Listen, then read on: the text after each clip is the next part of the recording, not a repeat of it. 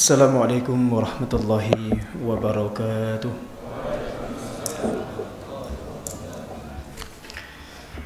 Alhamdulillah.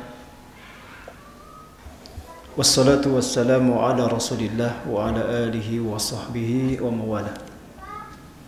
Asyhadu an la ilaha illallah wahdahu la syarika lah. Wa asyhadu anna Muhammadan abduhu wa rasuluhu la nabiyya wa la rasula ba'dah. Amma ba'd. Faqad qala ta'ala fi kitabihil karim wa huwa asdaqul qailin.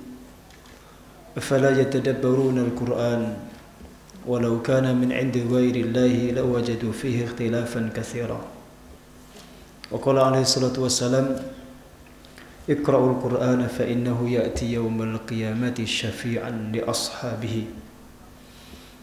Ma'asyiral muslimin, jamaah wa ayyuhat thalabah hafizakumullah. Alhamdulillah di kesempatan malam hari ini kita bisa kembali dikumpulkan Allah Subhanahu wa taala di majelis ini dalam kondisi sehat walafiat insyaallah. Alhamdulillah atas nikmat iman, nikmat Islam, nikmat hidayah dan juga inayah sehingga kita bisa menjalankan berbagai aktivitas ibadah termasuk thalabul ilmi di beberapa majelis, di antaranya di majelis Masjid Al-Firdaus ini. Insyaallah malam ini kita akan melanjutkan kajian tafsir masih surah Al-An'am sampai ayat yang ke-46. Salawat dan salam semoga selalu tercurah limpahkan untuk junjungan kita Nabi besar Muhammad sallallahu alaihi wasallam yang kita selalu harapkan syafaatnya dan kita ikuti sunnah-sunnahnya. Baik, silakan dibuka ayat 46 surah Al-An'am.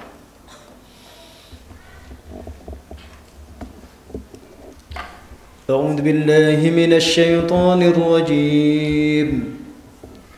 قل أرأيتم إن أخذ الله سمعكم وأبصاركم وختم على قلوبكم من إله غير الله يأتيكم به انظر كيف نصرف الآيات ثم هم يصطفون قل أرأيتكم إن أتاكم عذاب الله بغتة أو جهرة هل يهلك إلا القوم الظالمون وما نرسل المرسلين إلا مبشرين ومنذرين فمن آمن وأصلح فلا خوف عليهم ولا هم يحزنون والذين كذبوا بآياتنا يمسهم العذاب بما كانوا يفسقون. Qul, katakanlah wahai Muhammad, ara'aitum, apa pendapat kalian, in akhadha, jika telah mengambil Allah sam'akum, pendengaran kalian, wa absarakum, dan penglihatan kalian, wa khatama, dan menutup dia Allah, ala qulubikum, atas hati kalian. Man, siapakah, ilahun, Tuhan, ghairullah, selain daripada Allah, ya'tikum bihi, yang bisa mendatangkan kembali hal itu kepada kalian. Undur, lihatlah wahai Muhammad, kaifa nusarrifu, bagaimana kami telah memaparkan al-ayati, berbagai macam ayat, beraneka ragam tanda-tanda. Summahum, kemudian mereka, yastifun, tetap berpaling dan terus menerus berpaling dan mengajak manusia untuk berpaling. Qul, katakanlah, ara'aita, apa pendapatmu wahai Muhammad, kum, kepada kalian, in atakum, jika dia Allah mendatangkan, in atakum, jika datang kepada kalian, azabullahi, azab Allah, baghtatan, secara tiba-tiba atau dalam kondisi lalai, au jahrotan atau secara terang-terangan. Hal yuhlaku, tidaklah ada yang dibinasakan, illal qaumudz zalimun, kecuali kaum yang zalim. Wa ma nursilu, dan tidaklah kami mengutus al mursalina, para utusan, illa, kecuali mubasysyirin, untuk memberikan kabar gembira, agar mereka memberikan kabar gembira, wa mundirin, dan memberikan peringatan. Faman, maka barang siapa, amana, yang beriman setelah mendapatkan peringatan itu, wa aslaha, dan memperbaiki amalnya, fala khaufun, maka tidak ada sedikit pun rasa takut, alaihim, atas mereka, walahum, dan tidak pula mereka, yahzanun, bersedih hati. Walladzina kadzabu, sedangkan orang-orang yang mendustakan, bi ayatina, ayat-ayat kami, yamassuhum, akan mengenai mereka al-adzabu, azab Allah, bima kanu yafsukun, karena tersebab kefasikan yang dahulu mereka kerjakan. Baik, ini 4 ayat ya. Ayat 46, 47, 48 dan 49 surah Al-An'am. Baik, kita baca keterangan dari Imam Ibnu Katsir. Qala al-musannif rahimallahu wa nafa'ana bihi wa bi'un fid darain. Yaqulu Allah Ta'ala li rasulih sallallahu alaihi wasallam, qul li haula'il mukadzibin al-mu'adidin ara'aytum in akhadha Allahu sam'akum wa absarakum ay salabakum iyyaha kama a'taqumuha. Allah Subhanahu wa taala berfirman kepada Rasulnya sallallahu alaihi wasallam, Kul, katakanlah wahai Muhammad, li haula'il mukadzibin, kepada mereka orang-orang yang mendustakan ayat-ayat Allah, al-mu'anidin, dan juga mengingkari. Ara'aitum in akhadallahu sam'akum wa absarakum, apa pendapat kalian jika Allah Subhanahu wa taala mengambil pendengaran kalian dan penglihatan-penglihatan kalian?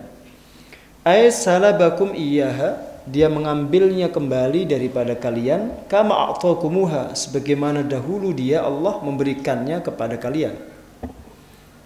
Kama qala ta'ala, ayat ini serupa dengan firman Allah Ta'ala, walladzi ansha'akum wa ja'ala lakumus sam'a wal absara.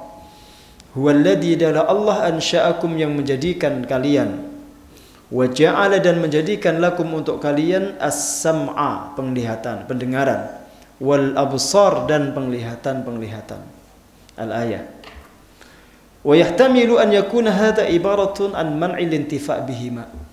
Bisa jadi makna daripada ayat ini adalah tidak bisa mereka mengambil manfaat dengan keduanya. Maksudnya tidak bisa menggunakan penglihatan, tidak bisa menggunakan pendengaran. Al-intifa' syar'i, yang dimaksud adalah memanfaatkan kedua indera itu secara syar'i, untuk mendengar wahyu, menyimak pelajaran, dan seterusnya. Walihada qal, oleh karena itulah Allah Subhanahu wa taala berfirman, wa khatama ala qulubikum. Lanjutannya itu, wa khatama, dan dia Allah menutup, mengunci, ala qulubikum, hati-hati kalian. Kama qal, sebagaimana Allah Subhanahu wa taala berfirman, amman yamlikus sam'a wal absar. Wa qala wa'lamu anna Allah yahulu bainal mar'i wa qalbihi. Ketahuilah sesungguhnya Allah Subhanahu wa taala memberikan batas atau menutup antara seseorang dengan hatinya. Wa qawlihi man ilahun ghairullahi ya'tikum bihi. Wa qawluhu, dan firman Allah, man ilahun, siapakah Tuhan, ghairullahi, selain daripada Allah, ya'tikum bihi, yang bisa mendatangkan kembali hal itu kepada kalian. Ai hal ahadun ghairullah, apakah ada seseorang selain daripada Allah, yaqdiru ala raddi dzalika ilaikum, yang bisa mengembalikan itu semua kepada kalian. Idza salabahu Allah minkum, jika Allah mengambilnya kembali daripada kalian, la yaqdiru ala dzalika ahadun siwahu, tidak ada yang bisa mengembalikan itu semua kecuali Dia. Walihada qala, oleh karena itulah dia berfirman, undur kaifa nusarriful ayati, lihatlah wahai Muhammad, bagaimana kami telah memaparkan berbagai macam ayat. Ai Nubayyinuha wa nuwaddihuha wa nufassiruha. Nubayyin, kami menjelaskan ayat-ayat itu, wa nuwaddihuha, dan kami memperjelasnya, wa nufassiruha, dan kami menafsirkannya. Dalatun ala annahu la ilaha illallah, itu semua menunjukkan bahwa tiada ilah kecuali Allah. Wa annama ya'buduna min dunihi batilun wa dhalal. Sedangkan apa yang mereka sembah selama ini adalah batil dan sesat. Thumma hum yastifun, kemudian mereka berpaling. Ay thumma hum ahadal bayan yastifuna ay ya'riduna anil haqqi. Mereka setelah mendapatkan penjelasan ini tetap berpaling, menolak kebenaran, maksudnya berpaling daripada kebenaran. Wa yasudduna an-nasa an ittiba'ihi, dan mencoba menghalangi manusia untuk mengikuti kebenaran tersebut. Qala al-Aufi, Aufi berkata, Ani Ibnu Abbasin, dari Ibnu Abbas, yastifuna ay ya'tilun. Makna yastifun itu ya'tilun, berpaling. Berpaling. Qala Mujahid, Mujahid berkata, wa Qatadah, demikian juga Qatadah, ya'ridun, yu'ridun, ya, mereka berpaling. Wa qala Suddi, Suddi berkata, yasuddun, mereka menolak atau menghalangi manusia daripada kebenaran itu. Baik, sampai situ dulu ya. Itu titik, terus ayat berikutnya. Baik, saya jelaskan. Saya ulang ya. Qul ara'aytum in akhadallahu sam'akum wa absarakum wa khatama ala qulubikum man ilahun ghairullahi ya'tikum bihi. Katakanlah wahai Muhammad, apa pendapat kalian jika Allah mengambil kembali pendengaran kalian dan penglihatan kalian? Siapakah Tuhan selain Allah yang bisa mengembalikannya kepada kalian? Ini satu pertanyaan untuk memantik logika sebenarnya, untuk memunculkan daya kritis. Ya, ada nggak yang bisa mengembalikan pendengaran kalau Allah mengambilnya kembali? Tidak ada. Ada yang bisa mengembalikan mata kita kalau diambil oleh Allah? Tidak ada. Itu logika yang dilontarkan Allah kepada orang-orang kafir. Tidak ada yang mampu mengembalikan itu semua kecuali daripada Allah. Terus Nabi itu disuruh setelah itu melihat tingkah pola manusia itu. Setelah dijelaskan ayat-ayatnya, dijelaskan tanda-tanda kebesarannya, tetap mereka berpaling. Ya tentu tidak semuanya, tapi sebagian besarnya begitu. Maka tidak perlu kemudian kamu itu merisaukan mereka, membuat hatimu sedih, ya, galau, risau, tidak perlu. Tugasmu hanya menyampaikan. Maka nanti ada ayat berikutnya kan, wa manursilu al-mursalina illa mubasyirin. Terus tugas Rasul pokoknya menyampaikan busyra, kabar gembira, menyampaikan peringatan itu. Sudah, nanti urusan manusia itu urusan Allah. Mau beriman mau tidak itu urusan Allah. Dia tugasnya harus menyampaikan aja. Diingatkan oleh Allah Subhanahu wa taala. Coba kita perhatikan ya. Kata sam'un itu di ayat ini ya, sam'akum itu didahulukan daripada absar. Jadi sam'akum dulu baru wa absarakum. Itu karena penglihatan atau pendengaran itu berfungsi terlebih dahulu daripada penglihatan. Jadi manusia itu kita diciptakan oleh Allah Subhanahu wa taala, yang pertama berfungsi itu pendengarannya dulu. Dia mendengar dulu, baru melihat. Anak kecil itu kalau kita perhatikan itu, dia mendengar dulu, baru melihat. Ini satu, ini alasan kenapa Allah Subhanahu wa taala di hampir semua ayat ketika membahas dua hal ini, panca indera ini ya. Allah selalu mendahulukan pendengaran daripada penglihatan. Satu. Karena memang di antara tubuh manusia itu, anggota tubuh manusia atau panca indera manusia yang pertama kali berfungsi itu pendengaran. Pendengaran itu berfungsi lebih dahulu daripada penglihatan. Makanya anak kecil ketika baru lahir itu ada sebagian riwayat yang menyebutkan bahwa dianjurkan diadzani itu di telinganya itu. Diadzani.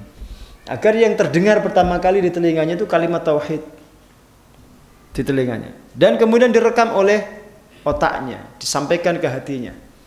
Itu menjadi kalimat pembuka saat dia ada di muka bumi ini saat dia lahir.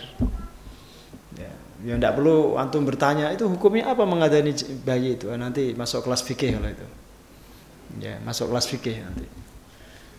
Nanti bingung sendiri kalau sampean masuk kelas fikih itu mesti mumet dewe kayak enggak paham-paham. Itu filosofinya itu. Diperdengarkan itu kalimat tauhid agar yang ada di dalam otaknya pertama kali itu adalah lafaz tauhid itu.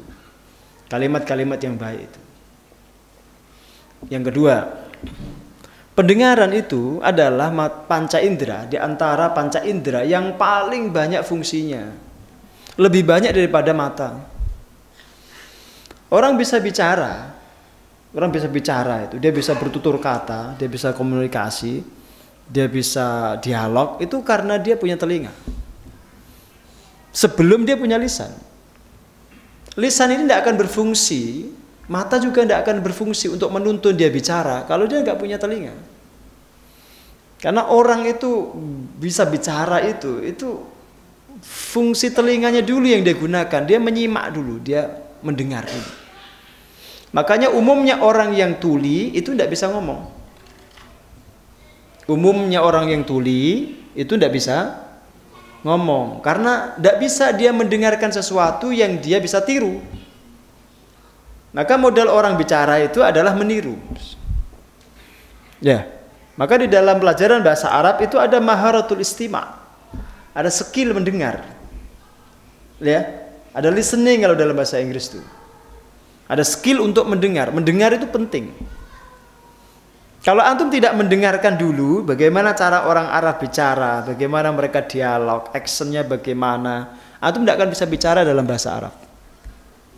Dan semua pelajaran bahasa juga begitu, termasuk bahasa Indonesia, bahasa kita ini. Modalnya itu mendengar. Ya. Maka dia lebih didahulukan di ayat ini daripada melihat. Faham ya? Daripada melihat. Jadi mendengar dulu. Makanya ketika kita ingin gitu mendapatkan kebenaran, mendapatkan hidayah, itu modal utamanya itu menyimak, mendengar dengan seksama. Alladzina yastami'una al-qaula fayattabi'una ahsanah. Yaitu orang-orang yang mendengar istima' qaul, kemudian dia mengikuti yang terbaik. Itu modalnya istima', mendengar itu, bukan melihat. Karena kadang-kadang yang dilihat dengan yang hakiki, dengan hakikat itu kadang beda. Kadang yang tampak dengan yang tersembunyi itu kadang beda. Tapi kalau mendengar sesuatu itu enggak, dia akan menyampaikan kita kepada kebenaran.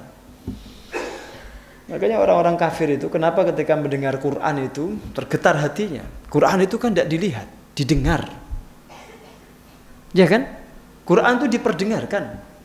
Maka kalimatnya wa idza quri'al Qur'an terus fastami'u, bukan fanduru, fastami'u lahu wa ansitu la'allakum turhamun. Jadi modal orang untuk sampai kepada hidayah Quran itu juga istima', itu mendengar.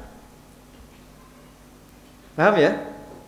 Maka ketika orang mau mendengar saja itu tidak usah lihatlah, tidak usah. Mau mendengar saja, itu dia akan mendapatkan hidayah. Tapi istima' loh ya. Istima' itu mendengar dengan keinginan memahami. Paham? Oh, para sahabat itu rata-rata buta huruf, tidak bisa membaca. Termasuk Rasulullah. Tapi kenapa hafal Quran? Modalnya apa? Mendengar. Ya. Makanya Quran itu sebenarnya kalaupun antum tidak bisa baca tulis Quran, antum asal mendengar terus tiap hari, hafal. Hafal itu. Artinya penglihatan kita ini sebenarnya tidak banyak membantu dalam proses hafalan. Sebenarnya dulu para sahabat itu rata-rata ummi, rata-rata buta huruf, tidak bisa membaca, nggak bisa nulis, dan itu fakta. Beda dengan yang disampaikan oleh Buya Syakur ya. Dia mengatakan Nabi itu tidak buta huruf, tapi semua ulama ijma' itu Nabi itu buta huruf, tidak bisa membaca, nggak bisa nulis. Pendapat Buya Syakur itu menentang ijma' seluruh ulama, dan itu jelas sesat menyesatkan itu. Itu kalimat yang keliru, enggak akademis juga itu. Tidak ada alasan dia untuk menyampaikan itu, dan saya simak alasannya mentah itu, sangat mentah, dangkal sekali. Ya kapan-kapan kita bahas lah. Ya modalnya ya mendengar. Sahabat hafal Quran, Nabi hafal Quran itu mendengar. Jibril membaca, Nabi menyimak. terus langsung dihafalkan. Begitu prosesnya. Makanya dulu Ibnu Abbas itu ketika melewati pasar itu saking kuatnya ingatannya itu, dia menutup telinganya. Matanya dibuka tapi ditutup telinganya. Khawatir semua percakapan orang di pasar itu masuk ke telinga beliau terus dihafal. Itu ngabis-ngabisin hard disk. Ngentai memori. Otaknya jadi isinya hal-hal yang nggak berkualitas. Maka ditutup telinganya agar saluran indera telinga ini, indera pendengaran ini, tidak dimasuki sesuatu yang tidak bermanfaat. Nah, kalau kita sekarang malah pakai headset, ya kan? Pakai headset untuk mendengarkan hal-hal yang nggak berguna, sampai masuk ke otak kita, masuk ke batin kita menjadi kenikmatan. Ya kan? Nah, itulah bedanya kita dengan mereka. Itu modalnya mendengar, Mas. Maka di sini didahulukan in akhadallahu sam'akum dulu baru wa absarakum. Gitu agar antum faham ya. Itu pentingnya telinga. Maka telinga itu dipakai untuk menyimak kebenaran. Nanti akan sampai pada kebenaran. Ngerti, Mas? Baru yang kedua penglihatan. Ya, baru yang kedua itu penglihatan. Ya, penglihatan itu penting tapi tidak sehebat pendengaran. Ya, tidak sehebat pendengaran. Maka orang buta itu sekalipun tertutup matanya, dia bisa jalan kemana-mana. Modalnya apa? Telinga ini. Dia ketokkan itu tongkatnya. Kalau bunyi tak tak tak itu aspal. Kalau duk duk duk tanah. Maka dia jalan itu. Hanya bermodal pendengaran tuh. Sampai kemana-mana tidak ditabrak orang dia dan dia bisa nyebrang. Modalnya telinga. Tuh. Maka jangan membudekkan diri. Apa membudekkan diri? Ya, jangan sampai menjadi orang-orang yang budek. Tuli itu. Ada kebenaran disampaikan berulang kali, tetap dia tutup telinga. Itu tabiat orang kafir. Maka setelah Allah menyampaikan logika ini, dia katakan undur kaifa nusarriful ayati summa hum yastifun. Lihatlah wahai Muhammad, bagaimana kami sudah memaparkan. Nusarrif itu enggak sekedar menampakkan atau memamerkan, enggak. Dia paparkan dengan berbagai cara. Kadang dengan cara A, kadang dengan cara B, kadang dengan cara C. Berbagai cara dipakai oleh Allah Subhanahu wa taala.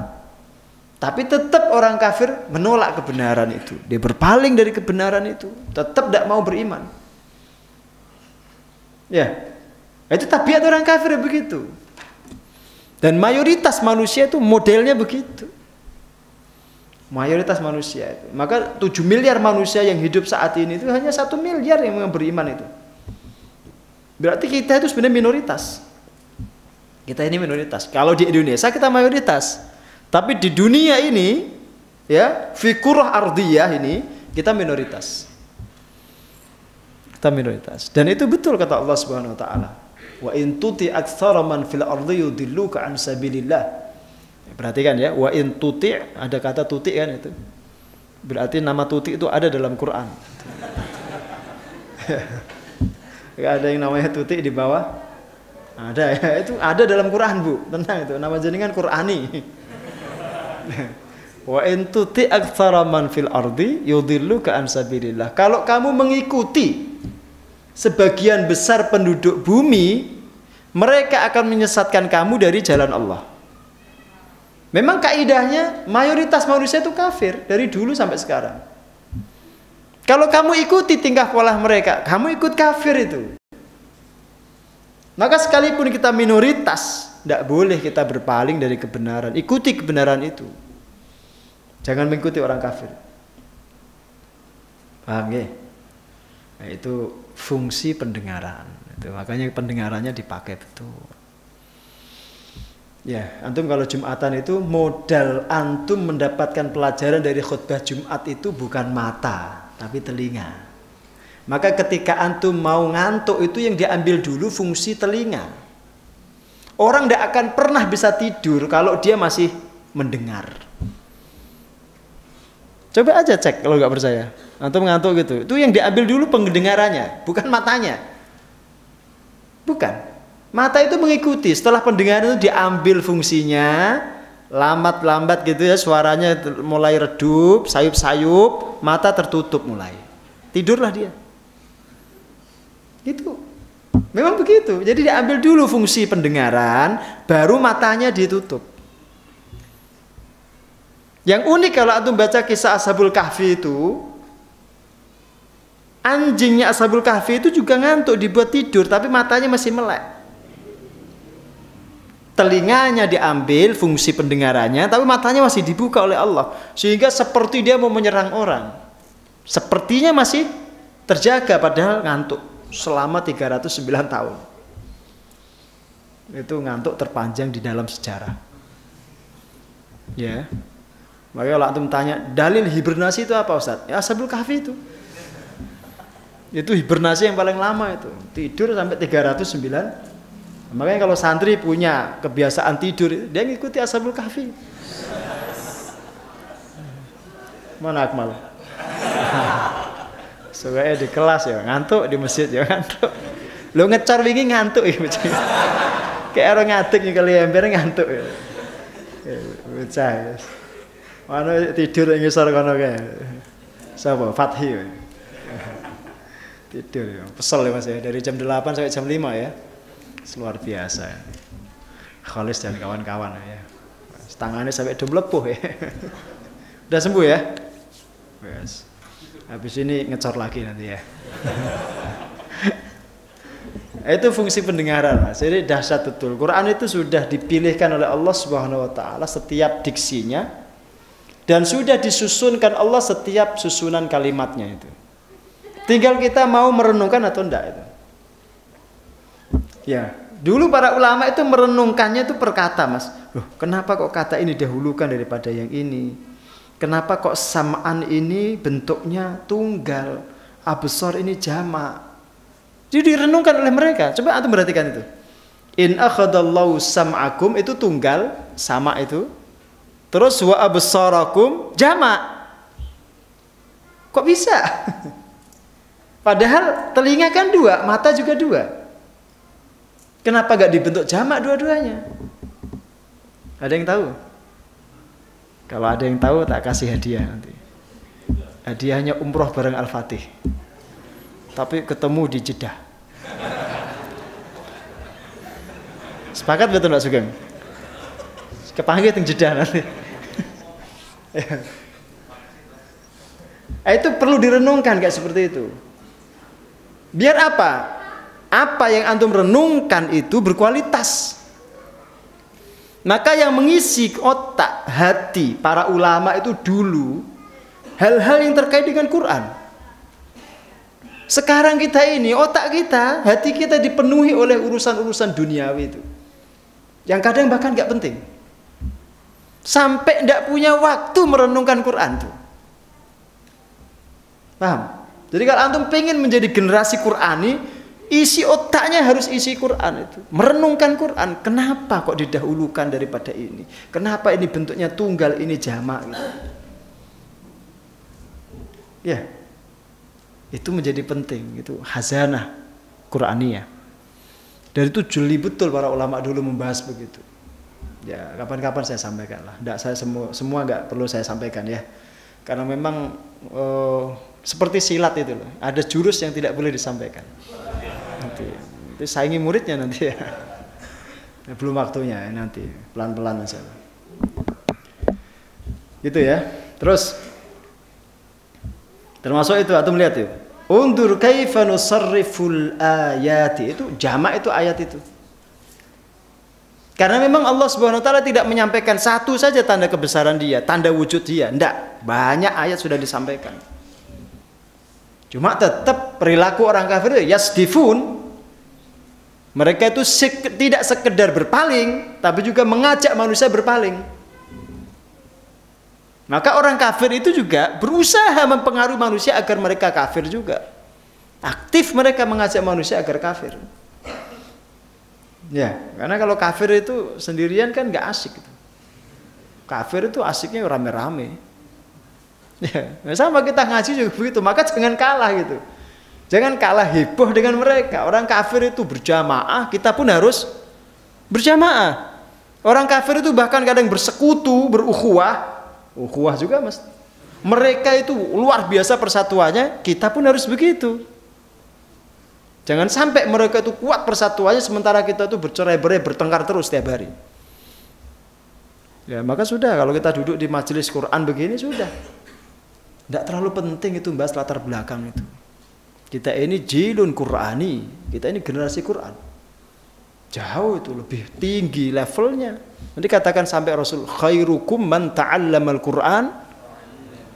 Itu siapapun pokoknya kalau ta'allamal Qur'an wa 'allamah menjadi khairukum. Gak penting dari mana, asalmu, latar belakangmu, ormasmu, gak penting itu. Syekh Anas Karzun dulu mengatakan begini. Saya masih ingat waktu pertemuan dengan beliau di Solo itu. Beliau mengatakan begini. Orang berusaha menyatukan manusia dengan harokah, dengan pergerakan. Ada yang ingin menyatukan manusia dengan partai. Ada yang ingin menyatukan manusia dengan organisasi kemasyarakatan. Ada juga yang ingin menyatukan manusia dengan komunitas-komunitas itu. Tapi semuanya pasti gagal. Tidak akan berhasil. Yang bisa menyatukan manusia itu hanya Quran, kata beliau. Coba cek itu. Orang itu kalau betul dia faham Quran itu tidak mungkin dia akan bertengkar itu. Karena apa? Dia membaca ayat. Wa'tasimu bihablillahi jami'an wala innamal mu'minuna ikhwatun fa'aslihu baina.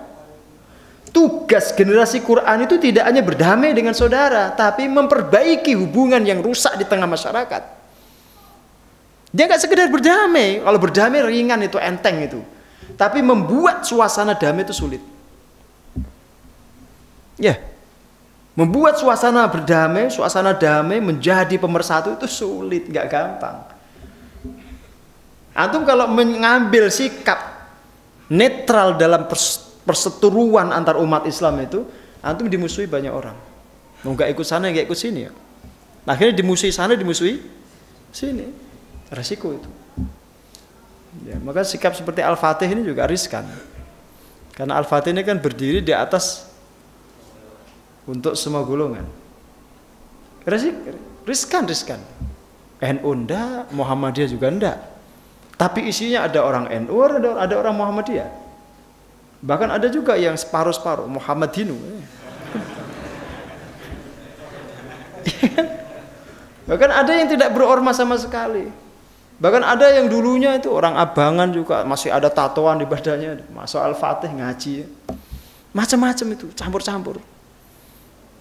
Ya resiko itu. Kadang-kadang disalahpahami sebagian kelompok, disalahpahami kelompok yang lain. Jelas ya? Tapi asal kita mengikuti pola Quran, insya Allah bisa menjadi juru perdamaian. Ya, bukan juru selamat ya. Kalau juru selamat itu Rasulullah ya. Oke, saya teruskan. Qul ara'aitakum in atakum adzabullahi baghtatan aw jahratan hal yuhlaku illa alqaumul zalimun. Antum perhatikan di situ. Katakanlah apa pendapat kalian jika datang kepada kalian azab Allah. Baghtah itu maknanya baghtah itu tiba-tiba, sekonyong-konyong. Saya bacakan ya. Wa qauluhu ta'ala qul ara'aitakum in atakum adzabullahi baghtah ay wa antum la tash'uruna bihi. Kalian dalam posisi tidak sadar. Semeru meletus itu orang tidak sadar. Belum begitu.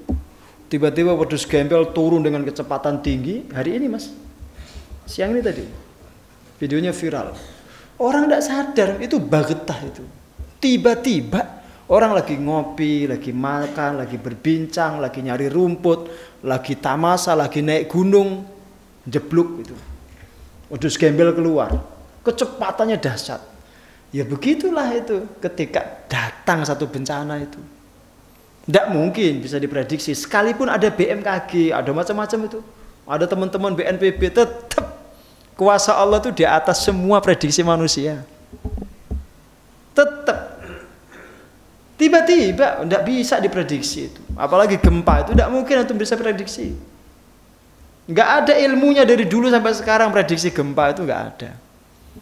Ya, termasuk tsunami itu, ya itu hanya kira-kira, kepastiannya nggak bisa.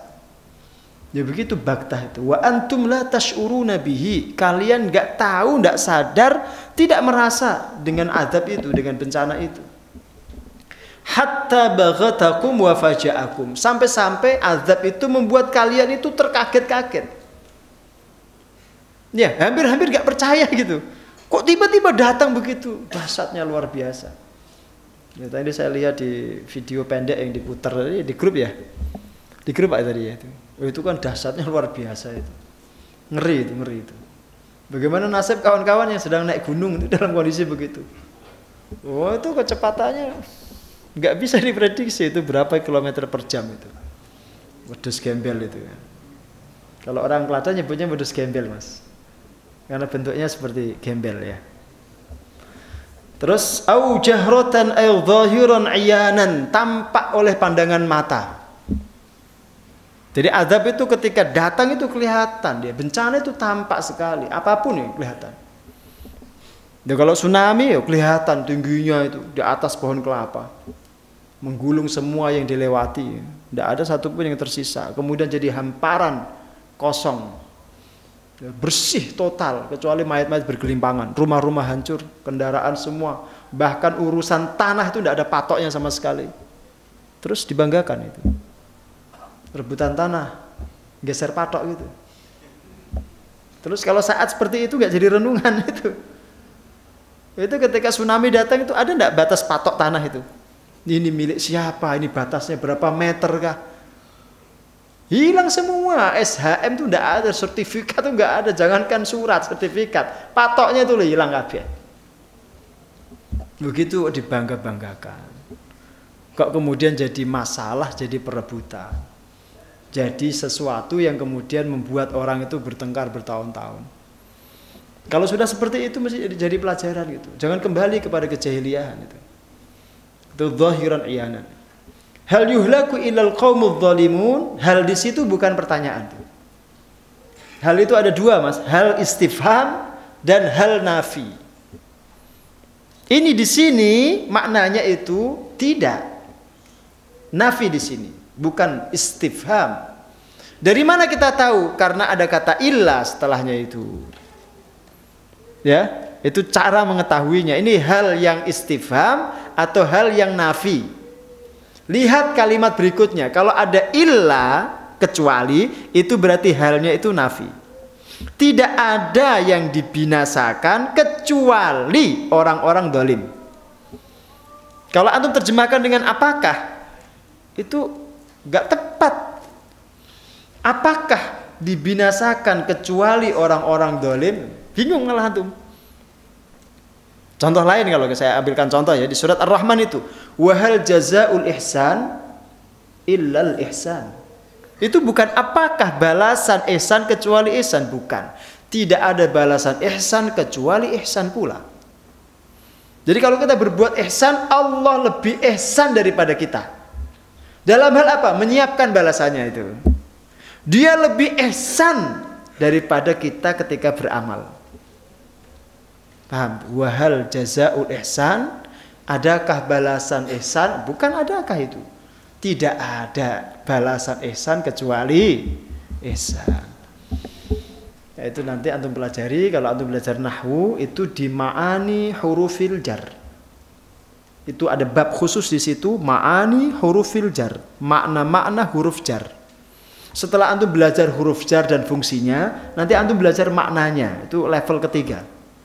Antum hafalkan dulu huruf jar, fungsinya bagaimana, penggunaannya bagaimana, kapan menggunakan ila, kapan menggunakan an, kapan menggunakan fi, baru kemudian antum belajar ma'aninya, makna-maknanya. Ya, nanti antum akan tahu. Yang begitu nanti dipelajari di kitab-kitab nahwu yang levelnya lebih tinggi. Kalau antum cari di Imriti ya enggak ada. Atau antum cari di Ajurumiyah ya enggak ketemu. Antum cari di Nahul Wadih ya enggak ada. Yang antum pakai apa itu nahwunya? Ajurumiyah, enggak ketemu nanti. Enggak ada itu. Nanti antum cari di kitab-kitab nahwu yang lebih tinggi levelnya ya. Nahwu itu juga ada khilafiyah Mas, ada perdebatan juga seperti fikih. Ada khilafiyahnya. Nanti ada level berikutnya belajar nahwu itu yang khilafiyah antara madrasah Basrah dengan madrasah Kufah. Pokoknya terus antum belajar lah, jangan berhenti. Antum harus lebih pintar daripada ustaz-ustaz antum di sini. Harus. Nanti harus ada yang jadi doktor dalam bidang nahwu. Disertasinya khusus huruf hal. Jadi doktor hal. Ada itu nanti supaya antum buat disertasi khusus hal itu nanti. Hal fil Qur'anil azim. Itu antum cek nanti itu. Antum tulis aja itu hal yang dalam Quran itu antum lihat itu. Nanti akan jadi disertasi itu. Sulit loh Mas itu. Tidak gampang. Pak Wiji nanti tidak baca itu aja yakin ya. 3 tahun tidak akan paham dia. Disertasi itu susah. Ada dokter itu khusus mengamati Mas. Meriset, meneliti huruf ba dalam Quran. Huruf ba itu, bi itu diteliti dia. Dalam Quran diteliti gitu. Mumet kan itu. Itulah dasarnya Quran itu. Nah, itu hal itu belum kayaknya itu. Antum cek nanti ya. Wa manursilul mursalina illa mubasysyirina wa mundirin. Ini kaidah dalam ilmu balaghah. Kalau ada ma kemudian setelahnya illa, sama juga yang tadi itu, ada hal setelahnya illa, itu maknanya hasr, mengkhususkan sesuatu. Ya, itu maknanya taksis, untuk mengkhususkan sesuatu. Kalau tadi kebinasaan, kehancuran itu hanya akan ditimpakan kepada orang dolim. Makanya tenang saja, kalau antum nggak dolim, nggak mungkin dibinasakan. Paham ya? Makanya ada ayat wattaqu fitnatan la tusibanna alladziina zalamu minkum khassah. Tuh, perhatikan. Hanya orang yang zalim saja yang dibinasakan oleh Allah. Maka sekalipun dahsyat ada tsunami, ada bencana, ada gempa, kalau antum enggak zalim enggak. Ada orang-orang tertentu yang tidak diambil oleh Allah untuk menjadi tanda saja itu. Di akhirat apalagi kalau antum nggak dolim, nggak usah khawatir. Bayangkan akhirat itu yang happy saja itu, yang santai saja. Makanya kalau ngaji soal akhirat itu saran saya jangan ngaji ke ustadz-ustadz akhir zaman. Horor itu, yang ada bayangan cuma menakutkan saja itu. Nggak ada bahagianya itu. Terus mulai ngaji raine merengut, wajah kayak orang mati ya kayak. Yo. Padahal bayangkan mahsyar itu, bayangkan akhirat itu, yang bayangkan perjumpaan dengan Allah. Yang selama ini kita sembah, yang selama ini kita ibadahi, yang selama ini kita ceritakan di majelis-majelis, yang selama ini kita ajak orang menyembahnya. Kekasih.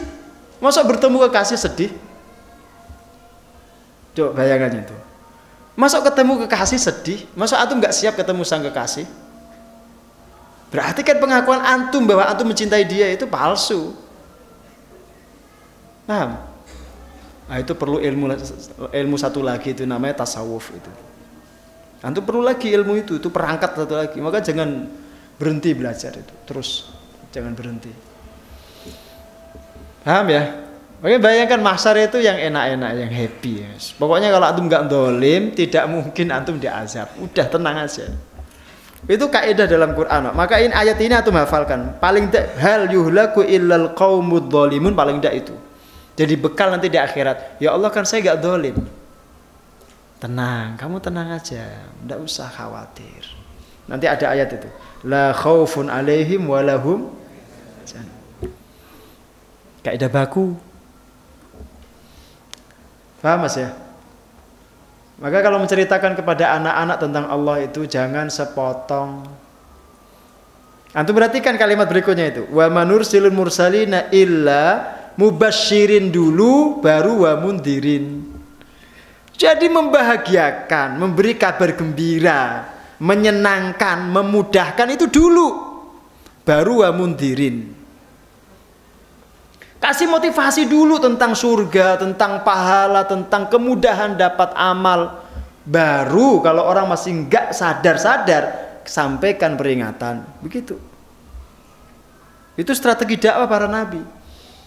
Maka tugas para nabi itu ya hanya memberikan busyra, kabar gembira, dan memberi peringatan, memberikan indar. Jelas mas? Maka sudah benar itu ngaji itu. Ngaji itu memang suasananya harus tabsyir.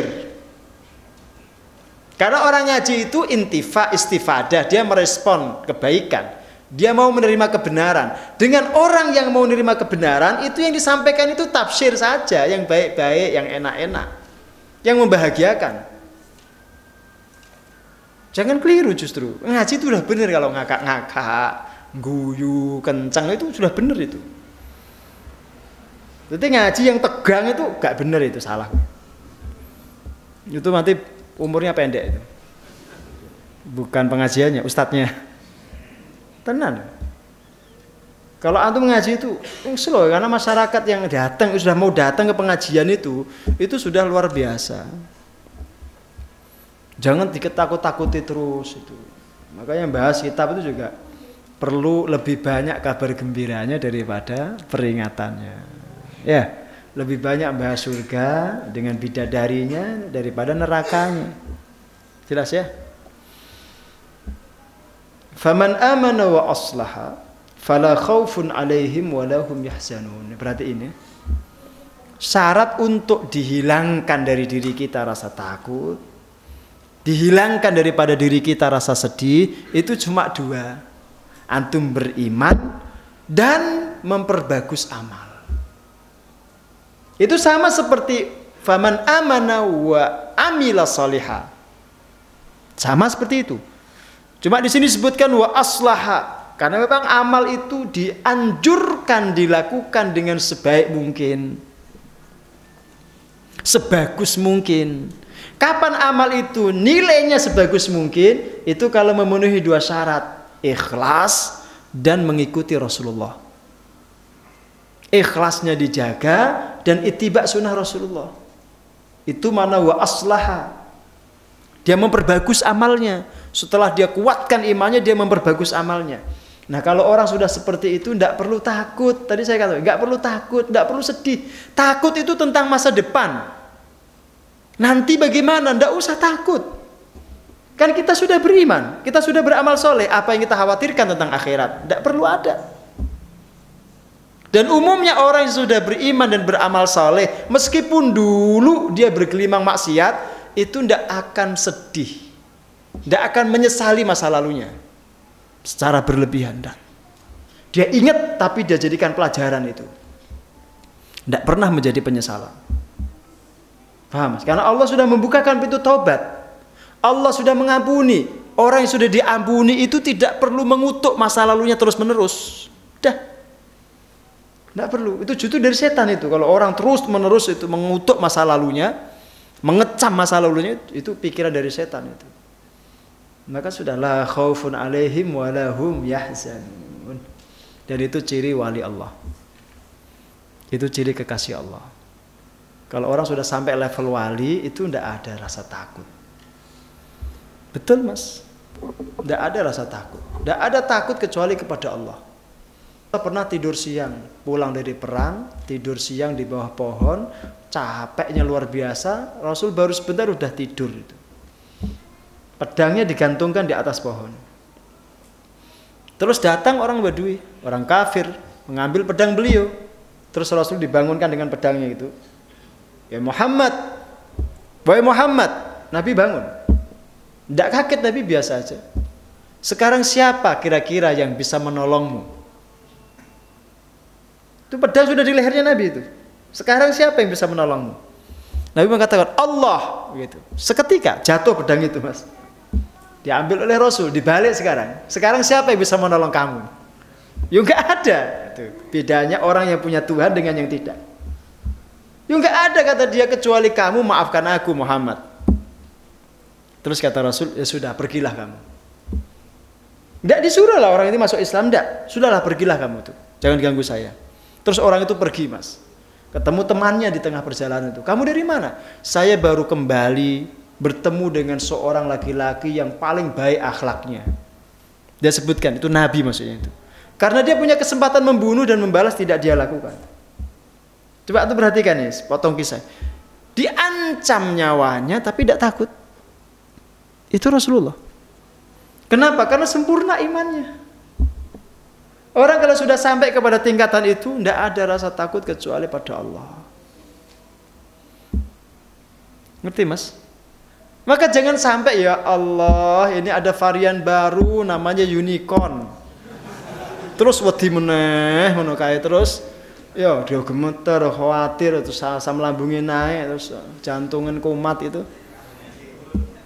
Kalau antum masih kayak gitu, ndak akan sampai ke level aulia. Ndak akan sampai menjadi kekasih Allah, jadi wali, ndak mungkin. Gue sekedar virus, wedine ya Allah, chance. Justru virus itu kan nggak ditampakkan oleh Allah itu agar antum ndak takut. Makanya mata antum dibuat ndak melihat. Jin nggak ditampakkan biar antum nggak takut. Makanya mata antum ini sepertinya melihat tapi sebenarnya tidak, banyak hal yang tidak tampak itu. Yang tidak bisa kita lihat dengan mata telanjang itu oleh Allah disengaja biar antum tenang menjalani kehidupan. Jangan malah melakukan tirakatan ilmu-ilmu tertentu agar bisa melihat setan. Lu ngapain? Udah disembunyikan itu ada rahasianya, ada hikmahnya kok malah dicari-cari. Ya, ibaratnya malah disuloi, diteropong. Termasuk virus itu, ndak usah lah dicari-cari, dilihat-lihat, biar kelihatan bentuknya kayak apa. Ternyata kayak biji kedondong. Ya kan, kayak biji kedondong kan virus itu. Terus takut, wah nanti nak masuk hidung, manggok piye. Ya kan? Terus buayangannya takutnya luar biasa. Itu ndak wali. Ndak wali, ya seperti itu ndak wali. Wali itu ketika semua orang ketakutan, panik, dia tenang, tenang. Ya karena dia tahu persis yang mengendalikan semua itu Allah. Allah mau kehendaki dia mati, ya mati. Dia selamat, ya selamat, udah. Itu bukan sembrono, itu tawakal, itu tawakal. Cuma orang sekarang mengatakan itu sembrono, enggak. Karena ilmu tawakal itu sekarang sudah tidak ada. Orang itu sudah mengandalkan dirinya masing-masing, mengandalkan ikhtiarnya masing-masing, mengandalkan ilmunya, mengandalkan teknologinya, mengandalkan strateginya, itu semua itu tidak ada tawakalnya sama sekali saat ini itu. Allah itu sudah tidak ada bagi orang-orang itu. Kalau saya menolak konsep begitu. Makanya bismillah. Bismillah dan bismillah udah. Keluar rumah bismillahi tawakkaltu 'ala Allah. Berada di tempat yang angker ya bismillahilladzi la yadurru ma'asmi syai'un. Begitu aja, tidak ada kecuali Allah itu. Faham ya? Walladzina kadzdzabu biayatina yamassuhumul 'adzabu bima kanu yafsuqun. Ini perhatikan ujung ayat ini lah gitu. Jadi orang diazab itu pun ada sebabnya. Maka kalau sebab ini antum hindari, tidak usah takut azab. Apa sebab? Bima kanu yafsukun. Orang diadab itu karena kefasikan, karena kedurhakaan. Loh kalau antum tidak durhaka sama Allah, ya tidak layak diadab. No. Tenang aja. Allah itu tidak dolim kok. Maka kalau kita tidak melakukan kefasikan, tidak usah takut. Adab itu hanya disiapkan oleh Allah untuk mereka yang fasik, yang dolim. Yang tidak fasik, yang tidak dolim, tidak perlu takut. Itu makna juga la khaufun alaihim wa lahum yahzanun. Begitu agar kita hidup itu tenang. Dan orang itu dianjurkan Rasulullah untuk mati dalam kondisi husnudzon kepada Allah. Jangan sampai kalian mati kecuali kalian husnudzon kepada Allah. Di antara mana husnudzon itu, kalau antum sudah beramal, antum layak dapat pahala. Kalau antum meninggalkan dosa, antum layak dapat pahala. Kalau antum tidak zalim, antum tidak mungkin diazab. Kalau antum beriman, antum layak masuk surga. Itu husnudzon pada Allah. Dan orang akan dimasukkan surga karena husnudzonnya itu. Wallahu a'lam bishawab. Assalamualaikum warahmatullahi wabarakatuh.